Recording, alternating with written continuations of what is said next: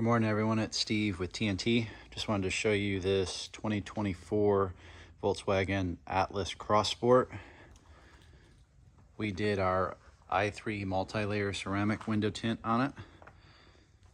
The front windows are North Carolina legal limit, 35%. On the rear windows, we applied our i3 22% over top of the rear factory tint. This will give you way more privacy back there, much higher heat rejection, and then 99% UV protection as well.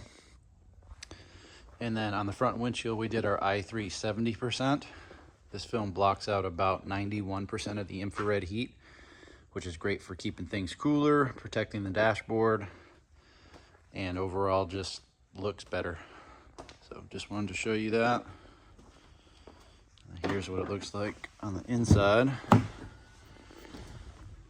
So you can tell that the back windows are darker than the front windows, but that's great for privacy and putting things back here and people not being able to see it. So just want to show you that. Appreciate you guys watching. Thank you.